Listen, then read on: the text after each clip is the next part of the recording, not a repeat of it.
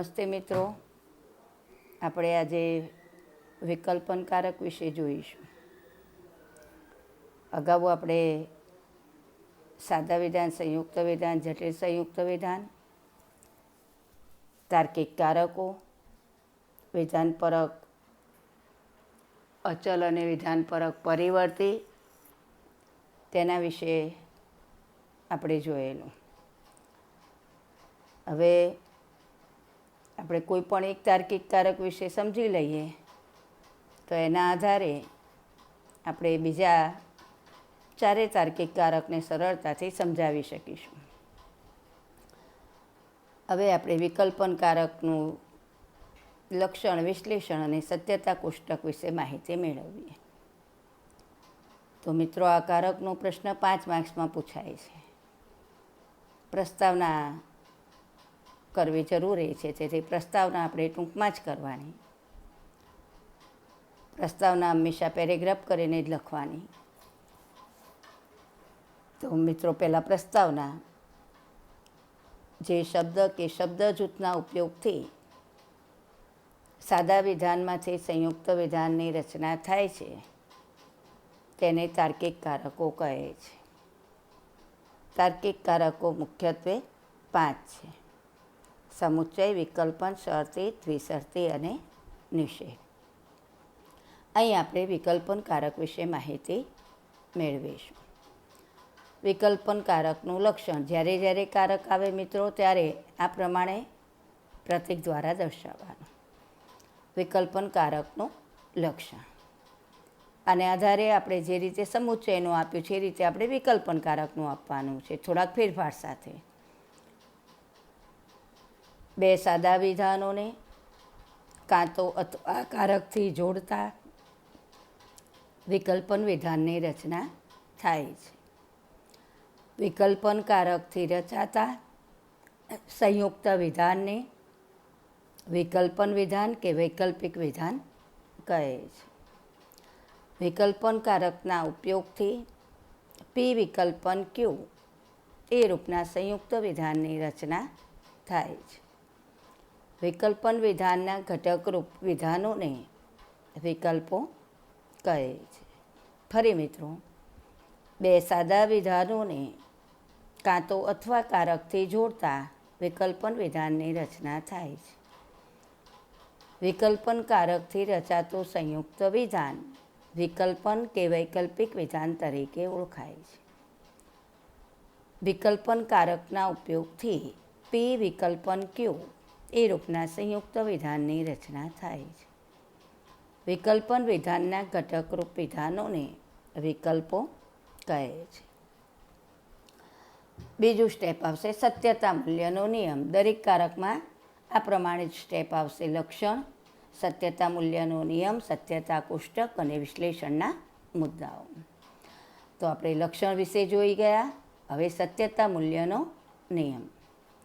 વિકલ્પન વિધાનના સત્યતા મૂલ્યના નિયમ અનુસાર બંને વિકલ્પો કૌંસમાં પી અને ક્યુ અસત્ય હોય તો વિકલ્પન વિધાન કૌંસમાં પી વિકલ્પન ક્યુ અસત્ય બને છે. બાકીની તમામ શક્યતાઓમાં વિકલ્પન વિધાન સત્ય બને છે. પી વિકલ્પન ક્યુ એ વિકલ્પન વિધાનનું રૂપ છે. હવે આપણે જોઈએ સત્યતા કોષ્ટક. વિકલ્પન કારકના વિકલ્પન વિધાનના સત્યતા મૂલ્યના નિયમોની રજૂઆત નીચેના સત્યતા કોષ્ટક દ્વારા દર્શાવી શકાય. ઘટકરૂપ વિધાનો અને તેમનું સત્યતા મૂલ્ય. વિકલ્પન વિધાન અને તેમનું સત્યતા મૂલ્ય. ઘટકરૂપ વિધાનો 2 પી અને ક્યુ. વિકલ્પન વિધાન પી વિકલ્પન ક્યુ. 2 વિધાન હોય એટલે મિત્ર 4 હરોળ બને.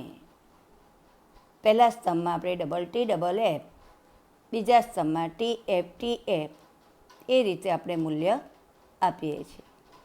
પી વિકલ્પન ક્યુ. બંને વિકલ્પો અસત્ય હોય ત્યાં જ વિકલ્પન વિધાન અસત્ય બનશે.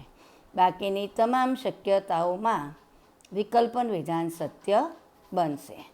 કોઈ પણ એક વિકલ્પ સત્ય હોય તો પણ વિકલ્પન વિધાન સત્ય બને છે. બંને વિકલ્પો સત્ય હોય તો પણ વિકલ્પન વિધાન સત્ય બને છે. માત્ર બંને વિકલ્પો અસત્ય હોય ત્યારે વિકલ્પન વિધાન અસત્ય બને છે. હવે આપણે જોઈએ વિશ્લેષણ. વિકલ્પન કારકના લક્ષણ અને સત્યતા કોષ્ટકને આધારે તેના વિશ્લેષણ અંગે નીચેના મુદ્દાઓ તારવી શકાય.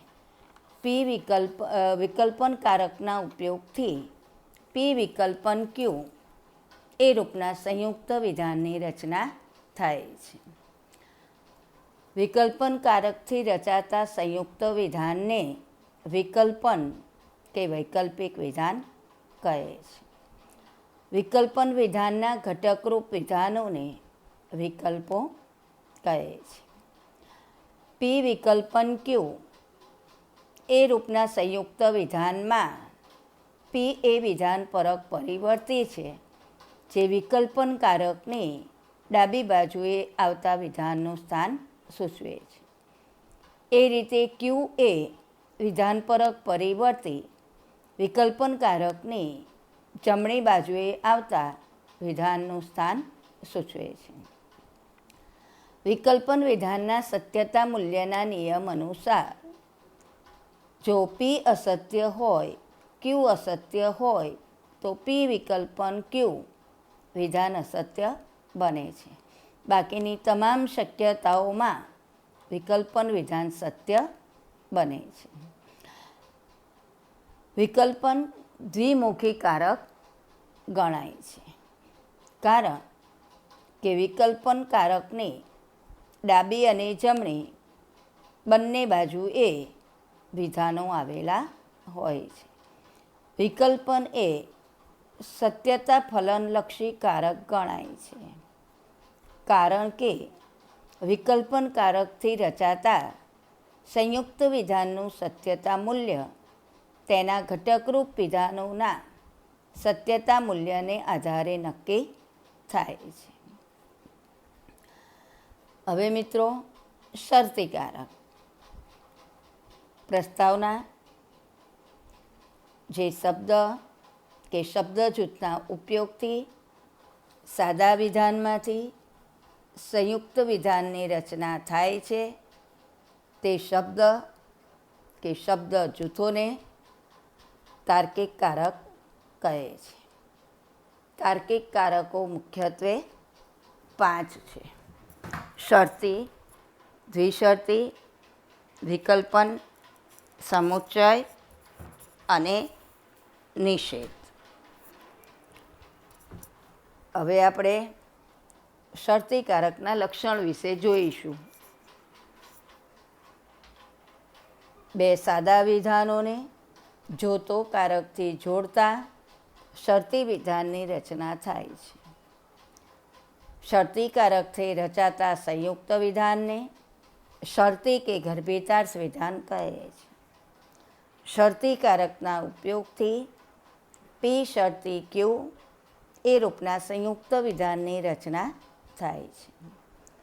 શરતી વિધાનના ઘટકરૂપ વિધાનોને પૂર્વાંગ અને ઉત્તરાંગ કહે છે. ફરી મિત્રો લક્ષણ: બે સાદા વિધાનોને જોતો કારકથી જોડતા શરતી વિધાનની રચના થાય છે. શરતી કારકના ઉપયોગથી રચાતા સંયુક્ત વિધાનને શરતી વિધાન કે ગર્ભિતાર્થ વિધાન કહે છે. શરતી કારકના ઉપયોગથી પી શરતી ક્યુ એ રૂપના સંયુક્ત વિધાનની રચના થાય છે. શરતી વિધાનના ઘટકરૂપ વિધાનોને પૂર્વાંગ અને ઉત્તરાંગ કહે છે. સત્યતા મૂલ્યનો નિયમ. શરતી વિધાનના સત્યતા મૂલ્યના નિયમ અનુસાર પૂર્વાંગ પી કૌંસમાં પી સત્ય હોય, ઉત્તરાંગ કૌંસમાં ક્યુ અસત્ય હોય તો શરતી વિધાન કૌંસમાં પી શરતી ક્યુ શરતી વિધાન અસત્ય બને છે. ફરી મિત્રો, શરતી વિધાનના સત્યતા મૂલ્યના નિયમ અનુસાર પૂર્વાંક પી કૌંસમાં પી સત્ય હોય, ઉત્તરાંગ કૌંસમાં ક્યુ અસત્ય હોય, તો શરતી વિધાન કૌંસમાં પી શરતી ક્યુ અસત્ય બને છે. બાકીની તમામ શક્યતાઓમાં શરતી વિધાન સત્ય બને છે. સત્યતા કોષ્ટક ત્રીજું સ્ટેપ. પી શરતી ક્યુ એ રૂપનું આપણે સત્યતા કોષ્ટક રચવાનું છે. મિત્રો, દરેક જગ્યાએ અહીંયા લખવાનું કે ઘટકરૂપ વિધાનો અને તેમનું સત્યતા મૂલ્ય. શરતી સંયુક્ત વિધાન અને તેનું સત્યતા મૂલ્ય. ઘટકરૂપ વિધાનો 2, પહેલો સ્તંભ પી, બીજો સ્તંભ ક્યુ, ત્રીજો સ્તંભ પી શરતી ક્યુ. હવે 2 વિધાનો હોય ત્યારે 4 હરોળ બને. પહેલા સ્તંભમાં આપણે ડબલ ટી ડબલ એફ મૂલ્ય આપીએ છીએ, બીજા સ્તંભમાં આપણે ટી એફ મૂલ્ય આપીએ છીએ. હવે શરતી વિધાન જ્યારે પૂર્વાંક સત્ય હશે, પી સત્ય હશે, ઉત્તરાંગ અસત્ય હશે, ક્યુ અસત્ય હશે, ત્યારે પી શરતી ક્યુ એ શરતી વિધાન અસત્ય બનશે. અહીંયા પૂર્વાંગ અને ઉત્તરાંગ બંને સત્ય છે, તેથી શરતી વિધાન સત્ય બને છે. બીજી હરોળમાં પૂર્વાંક સત્ય છે, ઉત્તરાંગ અસત્ય છે, માટે અહીંયા પી શરતી ક્યુ એ શરતી વિધાન અસત્ય બને છે. અહીંયા પૂર્વાંગ અસત્ય છે, ઉત્તરાંગ સત્ય છે, માટે અહીંયા શરતી વિધાન સત્ય બને છે. પૂર્વાંગ અને ઉત્તરાંગ બંને અસત્ય છે, તો શરતી વિધાન એ સત્ય બને છે. એટલે મિત્રો, જ્યારે પૂર્વાંગ સત્ય હશે, ઉત્તરાંગ અસત્ય હશે, ત્યારે જ શરતી વિધાન અસત્ય બનશે. શરતીકારકનું વિશ્લેષણ. શરતીકારકના લક્ષણોને સત્યતા કોષ્ટકને આધારે તેના વિશ્લેષણ અંગે નીચેના મુદ્દાઓ તારવી શકાય. ડેશ કરી. શરતીકારકના ઉપયોગથી પી શરતી ક્યુ એ રૂપના સંયુક્ત વિધાનની રચના થાય છે. શરતીકારકના ઉપયોગથી રચાતું સંયુક્ત વિધાન શરતી વિધાન કે ગર્ભિતાર્થ વિધાન તરીકે ઓળખાય છે. શરતી વિધાનના ઘટકરૂપ વિધાનોને પૂર્વાંગ અને ઉત્તરાંગ કહે છે. જોથી શરૂ થતું વિધાન પૂર્વાંગ અને તોથી શરૂ થતું વિધાન ઉત્તરાંગ તરીકે ઓળખાય છે. પી શરતી ક્યુ એ રૂપના સંયુક્ત વિધાનમાં પી એ વિધાન પરક પરિવર્તી છે, જે શરતીકારકની ડાબી બાજુએ આવેલા વિધાનનું સ્થાન સૂચવે છે. એ જ રીતે ક્યુ એ વિધાન પરક પરિવર્તી શરતીકારકની જમણી બાજુએ આવતા વિધાનનું સ્થાન સૂચવે છે. શરતી વિધાનના સત્યતા મૂલ્યના નિયમ અનુસાર પૂર્વાંક સત્ય હોય કૌંસમાં પી અને ઉત્તરાંગ સત્ય હોય કૌંસમાં ક્યુ, તો શરતી વિધાન કૌંસમાં પી શરતી ક્યુ વિધાન અસત્ય બને છે. બાકીની તમામ શક્યતાઓમાં શરતી વિધાન સત્ય બને છે. શરતી એ દ્વિમુખી તાર્કિક કારક ગણાય છે, કારણ કે શરતી કારકની ડાબી અને જમણી બંને બાજુ એ વિધાનો આવેલા હોય છે. એ જ રીતે શરતી એ સત્યતા ફલનલક્ષી કારક ગણાય છે, કારણ કે શરતી કારકથી રચાતા સંયુક્ત વિધાનનું સત્યતા મૂલ્ય તેના ઘટકરૂપ વિધાનોના સત્યતા મૂલ્યને આધારે નક્કી થાય છે. શરતી વિધાન સત્ય છે કે અસત્ય, શેને આધારે આપણે નક્કી કરીએ છીએ? એના આ ઘટકરૂપ વિધાનો સત્ય છે કે અસત્ય, એને આધારે આપણે નક્કી કરીએ છીએ. સત્યતા મૂલ્ય એ શું છે આપણને ખબર છે. સત્ય માટે આપણે ટી અને અસત્ય માટે આપણે એફ મૂલ્ય આપીએ છીએ, તો આ ટી અને એફ જે છે એ વિધાનનું સત્યતા મૂલ્ય છે. હવે મિત્રો, દ્વિશરતીકારક. પ્રસ્તાવના. જે શબ્દ કે શબ્દ જૂથના ઉપયોગથી સાદા વિધાનમાંથી સંયુક્ત વિધાનની રચના થાય છે, તે શબ્દ કે શબ્દ જૂથોને તાર્કિક કારકો કહે છે. તાર્કિક કારકો મુખ્યત્વે 5 છે: સમુચ્ચય, વિકલ્પન, શરતી, દ્વિશરતી અને નિષેધ. અહીં આપણે દ્વિશરતી કારક વિશે માહિતી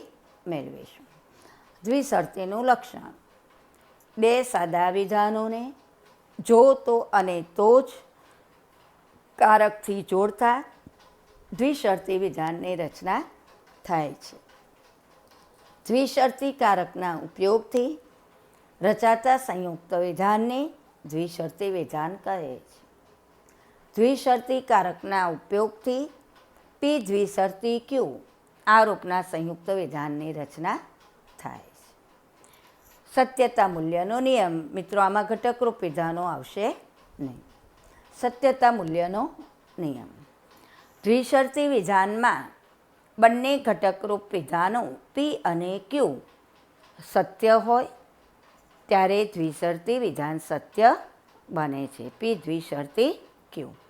તે જ રીતે બંને વિધાનો અસત્ય હોય કૌંસમાં પી અને ક્યુ ત્યારે પી દ્વિશરતી ક્યુ એ વિધાન સત્ય બને છે. આમ બંને ઘટકરૂપ વિધાનો સત્ય હોય અથવા બંને ઘટકરૂપ વિધાનો અસત્ય હોય ત્યારે દ્વિશરતી વિધાન સત્ય બને છે. બાકીની તમામ શક્યતાઓમાં દ્વિશરતી વિધાન અસત્ય બને છે. હવે મિત્રો, સત્યતા કોષ્ટક. પી દ્વિશરતી ક્યુ એ રૂપનું આપણે સત્યતા કોષ્ટક રચવાનું છે.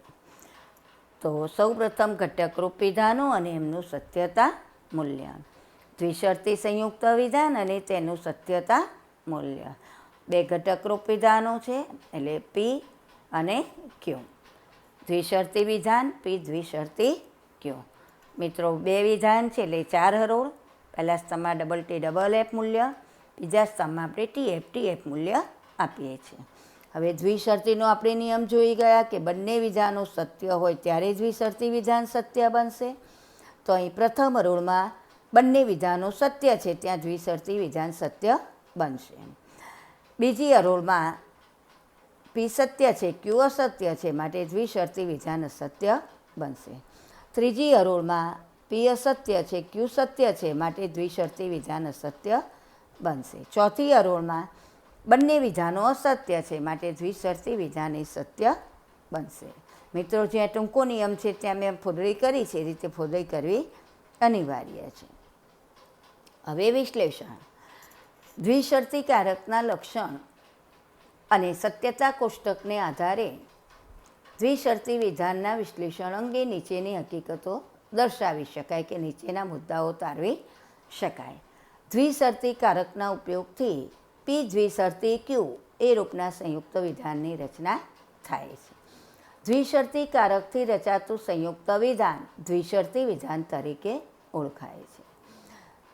દ્વિશરતી કારકના ઉપયોગ પી દ્વિશરતી ક્યુ એ રૂપના સંયુક્ત વિધાનમાં પી એ વિધાન પરક પરિવર્તી છે જે દ્વિશરતી કારકની ડાબી બાજુએ આવતા વિધાનનું સ્થાન સૂચવે છે. એ જ રીતે ક્યુ એ વિધાન પરક પરિવર્તી છે જે દ્વિશરતી કારકની જમણી બાજુએ આવેલા વિધાનનું સ્થાન સૂચવે છે. દ્વિશરતી વિધાનના સત્યતા મૂલ્યના નિયમ અનુસાર બંને વિધાનો કૌંસમાં પી અને ક્યુ સત્ય હોય અથવા બંને ઘટકરૂપ વિધાનો કૌંસમાં પી અને ક્યુ અસત્ય હોય તો પી દ્વિશરતી ક્યુ એ દ્વિશરતી વિધાન સત્ય બને છે. બાકીની તમામ શક્યતાઓમાં દ્વિશરતી વિધાન અસત્ય બને છે. દ્વિશરતી કારક એ દ્વિમુખી તાર્કિક કારક ગણાય છે કારણ કે દ્વિશરતી કારકની ડાબી અને જમણી બંને બાજુએ વિધાનનું ક્ષેત્ર આવેલું હોય છે. દ્વિશરતી એ સત્યતા ફલનલક્ષી કારક ગણાય છે કારણ કે દ્વિશરતી કારકના ઉપયોગથી રચાતા દ્વિશરતી વિધાનનું સત્યતા મૂલ્ય તેના ઘટકરૂપ વિધાનોના સત્યતા મૂલ્યને આધારે નક્કી થાય છે. આ દ્વિશરતી વિધાન સત્ય છે કે અસત્ય આપણે શેને આધારે નક્કી કરીએ છીએ? પી અને ક્યુ એના ઘટકરૂપ વિધાનો સત્ય છે કે અસત્ય એને આધારે આપણે નક્કી કરીએ છીએ. હવે મિત્રો, નિષેધની સમજૂતી છે જુદી પડશે. તો પહેલું આપણે નિષેધકારકનું પહેલાં આપણે પ્રસ્તાવના જોઈએ. જે શબ્દ કે શબ્દ જૂથના ઉપયોગથી સાદા વિધાનમાંથી સંયુક્ત વિધાનની રચના થાય છે તે શબ્દ કે શબ્દ જૂથને તાર્કિક કારકો કહે છે. તાર્કિક કારકો મુખ્યત્વે 5 છે: સમુચ્ચય, શરતી, દ્વિશરતી, વિકલ્પન અને નિષેધ. અહીં આપણે નિષેધકારક વિશે જોઈશું. અહીં સમજૂતી થોડીક જુદી પડશે. નિષેધનું લક્ષણ, અહીં 2 સાદા વિધાનોને આપણે લેતા હતા, અહીંયા આગળ નિષેધમાં એક જ વિધાન હોય છે. એટલે એની સમજૂતી આ રીતે આપવાની: નથી કારક વડે જ્યારે વિધાનનો નિષેધ કરવામાં આવ્યો હોય ત્યારે તે વિધાનને નિષેધ વિધાન કહે છે. અથવા નથી કારક વડે કોઈ પણ વિધાનનો નિષેધ કરતાં નિષેધ વિધાનની રચના થાય છે. નિષેધકારકથી રચાતા સંયુક્ત વિધાનને નિષેધ વિધાન કે નિષેધવાચક વિધાન કહે છે. નિષેધકારકના ઉપયોગથી નિષેધ પી એ રૂપના સંયુક્ત વિધાનની રચના થાય છે. હંમેશા મિત્રો નિષેધનું પ્રતીક એ ડાબી બાજુ આવે અને વિધાન એ હંમેશા જમણી બાજુ આવે. સત્યતા મૂલ્યનો નિયમ. નિષેધ વિધાનના સત્યતા મૂલ્યના નિયમ અનુસાર જો પી સત્ય હશે તો નિષેધ પી અસત્ય હશે. જો પી અસત્ય હશે તો નિષેધ પી એ સત્ય હશે. સત્યતા કોષ્ટક. ઘટકરૂપ વિધાન અને તેનું સત્યતા મૂલ્ય. નિષેધ સંયુક્ત વિધાન અને તેનું સત્યતા મૂલ્ય. અહીં મિત્રો એક જ વિધાન છે એટલે 2 જ હરોળ બનશે. 2 હરોળ બને ત્યારે આપણે પહેલા સ્તંભમાં ટી અને એફ એ રીતે મૂલ્ય આપીએ છીએ. હવે મિત્રો અહીંયા પી સત્ય છે તો નિષેધ પી અસત્ય બનશે. અહીંયા પી અસત્ય છે તો એનો નિષેધ પી એ સત્ય બનશે. આ રીતે જો પી સત્ય હોય તો નિષેધ પી અસત્ય બને. પી અસત્ય હોય તો નિષેધ પી સત્ય બનશે. હવે મિત્રો એનું વિશ્લેષણ. નિષેધના લક્ષણ અને સત્યતા કોષ્ટકને આધારે તેના વિશ્લેષણ અંગે નીચે મુજબ મુદ્દા તારવી શકાય. નિષેધકારકના ઉપયોગથી નિષેધ પી એ રૂપના સંયુક્ત વિધાનની રચના થાય છે. નિષેધકારકથી રચાતા સંયુક્ત વિધાનને નિષેધ વિધાન કે નિષેધવાચક વિધાન તરીકે ઓળખવામાં આવે છે. નિષેધ પી એ રૂપના સંયુક્ત વિધાનમાં પી એ વિધાન પરક પરિવર્તે છે, જે વિધાનની જમણી બાજુએ આવેલા વિધાનનું સ્થાન સૂચવે છે. નિષેધ વિધાનના સત્યતા મૂલ્યના નિયમ અનુસાર જો પી સત્ય હોય તો નિષેધ પી અસત્ય બનશે અને જો પી અસત્ય હોય તો નિષેધ પી એ સત્ય બનશે. નિષેધ એ એકમુખી કારક છે, કારણ કે નિષેધકારકની માત્ર જમણી બાજુ એ જ વિધાન આવેલું હોય છે. નિષેધ એ સત્યતા ફલનલક્ષી કારક ગણાય છે, કારણ કે નિષેધકારકથી રચાતા સંયુક્ત વિધાનનું સત્યતા મૂલ્ય તેના ઘટકરૂપ વિધાનના સત્યતા મૂલ્યને આધારે નક્કી થાય છે. આ નિષેધ પી એ વિધાન સત્ય છે કે અસત્ય આપણે શેને આધારે નક્કી કરીશું? એનું ઘટકરૂપ વિધાન પી સત્ય છે કે અસત્ય. અહીં પી સત્ય છે માટે નિષેધ પી અસત્ય બને છે. પી અસત્ય છે માટે નિષેધ પી સત્ય બને છે. મિત્રો, અહીં આપણે 5 તાર્કિક કારકો વિશે જોઈ ગયા. જ્યારે પણ પરીક્ષામાં પૂછાય ત્યારે સૌપ્રથમ પ્રસ્તાવના કરવાની, ત્યારબાદ એનું લક્ષણ, સત્યતા મૂલ્યના નિયમો, સત્યતા મૂલ્યનો નિયમ, સત્યતા કોષ્ટક અને વિશ્લેષણ. જે રીતે મેં તમને મુદ્દાસર સમજાવ્યું છે એ રીતે સ્પષ્ટ ભાષામાં પરીક્ષક સમજી શકે એ રીતે લખવાનું. મિત્રો, ઘણી વખતે 2 માર્ક્સમાં કે 3 માર્ક્સમાં માત્ર એટલું પૂછે કે એનું લક્ષણ અને સત્યતા કોષ્ટક જણાવો, તો એટલા મુદ્દા દર્શાવવાના. પણ 5 માર્ક્સમાં પૂછાય ત્યારે આ પ્રમાણે સમગ્ર બધા જ મુદ્દાને વિગતે સમજાવવા જરૂરી છે. હવે આપણે મનોયત્ન 1.2 જોઈએ. પ્રશ્ન 1. 1-2 શબ્દમાં જવાબ આપો. તમે આવશો એ વિધાન અસત્ય હોય તો તમે આવશો નહીં એ વિધાન કેવું હોય છે? આ મૂળ વિધાન છે, એનો અહીં નિષેધ થયેલો છે. એટલે અહીં આપણે નિષેધનો નિયમ જોવાનો કે આ મૂળ વિધાન અસત્ય છે, તો નિષેધ વિધાન કેવું હશે? સત્ય હશે. પી સત્ય હોય, ક્યુ અસત્ય હોય તો પી સમુચ્ચય ક્યુ વિધાનનું સત્યતા મૂલ્ય જણાવો. પી સત્ય હોય, ક્યુ અસત્ય હોય તો સમુચ્ચય વિધાન કેવું બને? અસત્ય. પી સમુચ્ચય ક્યુ એ વિધાન રૂપમાં રજૂ થયેલા સંયુક્ત વિધાનને શું કહેવાય છે? આ કયા વિધાનનો રૂપ છે? સમુચ્ચય વિધાનનો. તો એ રૂપમાં રજૂ થયેલું વિધાન પણ શું હોય? સમુચ્ચય વિધાન જ હોય. પી અસત્ય હોય, ક્યુ અસત્ય હોય તો પી વિકલ્પન ક્યુ વિધાનનું સત્યતા મૂલ્ય જણાવો. પી અસત્ય હોય, ક્યુ અસત્ય એટલે બંને વિધાનો અસત્ય, તો વિકલ્પન વિધાન કેવું બને? અસત્ય. મિત્રો, ન ફાવે તો આપણે આ રીતે સમજવાનું કે પી અસત્ય, ક્યુ અસત્ય તો વિકલ્પન વિધાન કેવું બનશે? અસત્ય. પી વિકલ્પન ક્યુ એ વિધાન રૂપમાં પી એ વિકલ્પનની કઈ બાજુના ક્ષેત્રમાં આવતું વિધાનનું સ્થાન સૂચવે છે? તો મિત્રો, આ વિકલ્પનકારક છે એની ડાબી બાજુએ આવેલા વિધાનનું સ્થાન સૂચવે છે. પી સત્ય હોય, ક્યુ અસત્ય હોય તો પી શરતી ક્યુ વિધાનનું સત્યતા મૂલ્ય. પી સત્ય હોય, ક્યુ અસત્ય હોય, પૂર્વાંક સત્ય, ઉત્તરાંક અસત્ય તો પી શરતી ક્યુ વિધાન કેવું બને? અસત્ય. પી શરતી ક્યુ એ વિધાન રૂપનું વાચન લખો. તો મિત્રો, ચોપડીમાં કૌંસમાં આપેલું છે. જો પી તો ક્યુ, સમુચ્ચય હોય તો પી અને ક્યુ, વિકલ્પન હોય તો કાં તો પી અથવા ક્યુ, દ્વિશરતી હોય તો જો પી તો અને તો જ ક્યુ, એ રીતે દર્શાવવાનું.